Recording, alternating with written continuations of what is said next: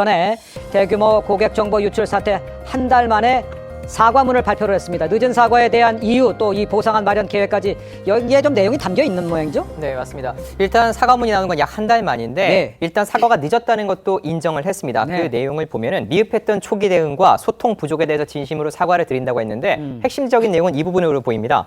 100% 협력을 통해서 유출된 고객 정보를 회수 완료했고 유출자의 진술을 확보했고 모든 저장 장치를 회수했다는 건데 이 과정에서 독자적으로 움직인 게 아니라 정부와 전면적으로 협의했다, 협력했다 이 부분을 강조하고 있습니다. 네. 자, 그러면서 보상안과 전면 쇄신안도 내놨습니다. 보상안 같은 경우는 차후 마련된 계획을 밝히겠다고 얘기했고요. 쇄신안 같은 경우는 세계 최고 수준의 사이버 보안 체계를 구축하겠다고 얘기를 했는데 하지만 이 쿠팡 사태 자체가 쿠팡에서 보이는 보안 허점을 그대로 유출시킨 거라고 볼 수 있거든요. 네네. 그럼에도 불구하고 스스로 모든 조사를 마치고 사태를 마무리한 것처럼 입장을 밝혔다는 거 그리고 이게 정부와 협력을 통해서 다 갖춰진 거라고서는 나름의 정당성을 스스로 부여했다는 측면에서 셀프 면죄부라는 비판으로부터 자유로울 수 없습니다. 그렇군요. 지금 안진영 기자가 좀 설명을 해주셨는데 하지만 이 사과문에도요. 지금 국회 불출석에 대한 입장은 담기지 않았습니다. 이번 주 청문회에는 김범석 의장 대신 지난 10월 사임했던 박대준 전 쿠팡 대표가 출석하게 된다는데 이유를 어떻게 저희가 보면 되겠습니까? 아무래도 뭐 김범석 전 의장 같은 경우는 본인이 지금 현재 미국 국적자고 네네. 그리고 또 이 쿠팡이 사실 100% 미국 기업이다는 네. 측면을 상당히 아마 좀 이렇게 깔고 지금 이런 식의 행동을 하는 것이 아닐까라는 생각이 듭니다. 앞서 예. 뭐 말씀하신 것처럼 한 달 만에 사과문은 냈지만 이 지금 김범석 씨가 보여주고 있는 그 일관된 태도는요. 거의 한국의 정부 국회를 무시하는 태도를 일관하고 있거든요. 앞서 이야기한 대로 본인은 100% 미국인이고 미국의 그 기업이기 때문에 네네. 한국의 국회에서 이런 식의 규제를 하는 부분에서 자기가 대표가 아닌 이상 자신이 대주주 입장에서 나갈 이유가 없다고 판단을 하는 것 같고요. 무엇보다도 그 뒤에 또 든든한 배경이 있다는 것이죠. 그 배경이 누구냐? 바로 미국의 정부와 의회라는 겁니다. 실제 지금 쿠팡이 미국 의회와 정부를 상대로 해서 이미 로비를 지금 벌린 액수가 지금 의회에 신고된 것이 150억 원이 넘습니다. 네네. 그 엄청난 돈을 들여서 상당한 아마 자기 편을 지금 구축을 해놨다. 실제 미국 조야에서 쿠팡의 한국의 정부가 쿠팡에 대한 여러 가지 징계 조치에 대한 반발의 목소리가 나오고 있잖아요. 예. 이러한 부분들을 다 고려해서 나는 버티도 충분하다는 그런 잘못된 판단을 하고 있는 것이 아닐까라는 생각이 듭니다. 그렇군요. 자, 이번 달 초에 열렸던 이 과방위 전체 회의에서도 이 김범석 의장의 국회 출석을 요구하는 여야 의원들의 목소리가 이어졌습니다. 다시 한번 들어보시죠.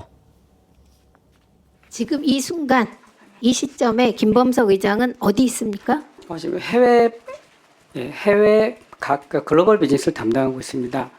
아니, 어디 있냐고요? 장소. 제가 지금 장소까지는 모르고 있습니다. 사태가 이만큼 심각한데도 실질 소유주인 김범석 의장의 거취를 지금 모르고 있다 그러면 이게 말이 됩니까? 김범석 의장한테 보고하셨죠? 뭐라 하시던가요? 지금 현재 사태 수습에 최선을 다하고 제가 책임지고 할 수 있도록 그렇게 그 말이 답니까? 대한민국 통째로 흔들어 놓고 사과 한마디 없이 그럼 나가서 총알바지 좀 하고 샌드백 좀 하고 오라 이 얘기입니까? 아니요, 그렇지 않습니다. 한국이 그렇게 우스워요? 자, 그런데 이 쿠팡이 발표한 이 자체 조사 이것도 지금 외교 문제로 변질될 가능성도 지금 제기가 되고 있습니다. 쿠팡이요, 중국에서 중국 국적의 용의자를 조사를 했잖아요. 그리고 증거물을 가져오는 과정에서 이 외교 행랑이 쓰여졌을 가능성도 지금 거론이 되고 있는 이런 상황입니다. 중국 측에서 문제를 제기할 수도 있는 상황인지 의원께서 뭐 어떻게 보세요?